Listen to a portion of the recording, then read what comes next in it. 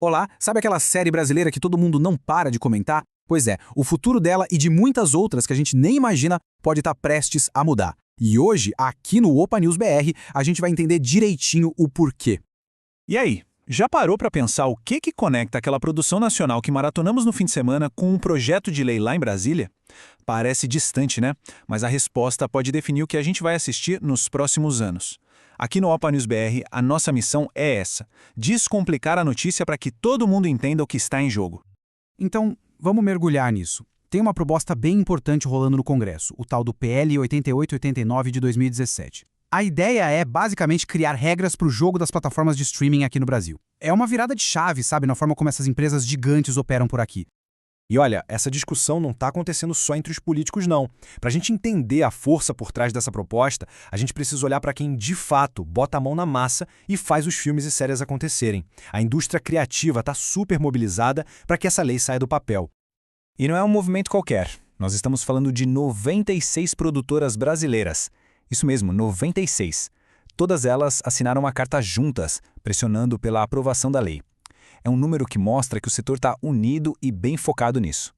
Agora, o mais interessante é que não estamos falando de empresas pequenas. São gigantes da indústria. São os nomes por trás de alguns dos maiores sucessos de bilheteria e de crítica do nosso cinema e da nossa TV. São as produtoras das histórias que a gente conhece e adora, né? Mas por que essa pressa toda? Bom, para essas produtoras, a aprovação da lei não pode mais esperar. Elas argumentam que o tempo é um fator super crítico e que cada dia sem uma regulamentação só aprofunda um problema bem sério no mercado. Essa frase da carta delas resume bem o sentimento. A visão é que adiar essa votação só mantém uma situação de desequilíbrio, onde as nossas produtoras, muitas vezes com menos recursos, competem com o poder de investimento e marketing dos gigantes globais. Fica uma competição meio injusta que só piora com o tempo. Então, o ponto central é este. Para quem produz, essa lei é uma questão de sobrevivência e de justiça para a nossa indústria. Eles defendem que isso é sobre economia e cultura, sobre garantir empregos e o futuro das nossas histórias. Não é visto como uma briga ideológica, e sim como algo prático. Tá, mas, na prática, como é que essa lei funcionaria? Vamos entender os detalhes. A proposta se baseia em duas ideias principais, dois pilares.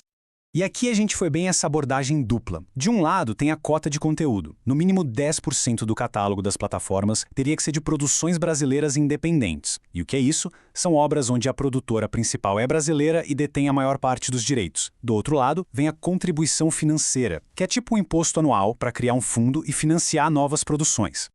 Essa contribuição financeira tem nome, Consini. Basicamente, é uma grana que seria revertida para um fundo com um objetivo bem claro: reinvestir e dar um gás no crescimento de toda a indústria de cinema e TV do Brasil. E esse imposto seria progressivo, como dá para ver aqui. As gigantes globais do streaming pagariam uma porcentagem maior sobre o faturamento, de até 4%. Já outros serviços, como os de compartilhamento de vídeo, contribuiriam com uma taxa menor, de até 2%. A lógica é: quem é maior, contribui mais. E o dinheiro arrecadado já teria destino certo. A maior parte iria para produções independentes, mas com foco também em conteúdo infantil e em pesquisa.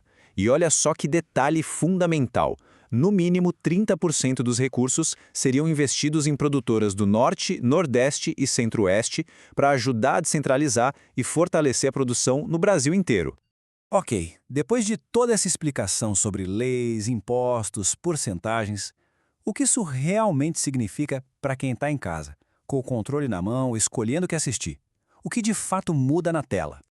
A grande conclusão é que essa lei pode dar início a uma nova era para as nossas histórias. O objetivo é garantir que a nossa cultura, os nossos sotaques, as nossas narrativas, que tudo isso tem uma presença forte e constante nas maiores plataformas do mundo, sabe, competindo de igual para igual.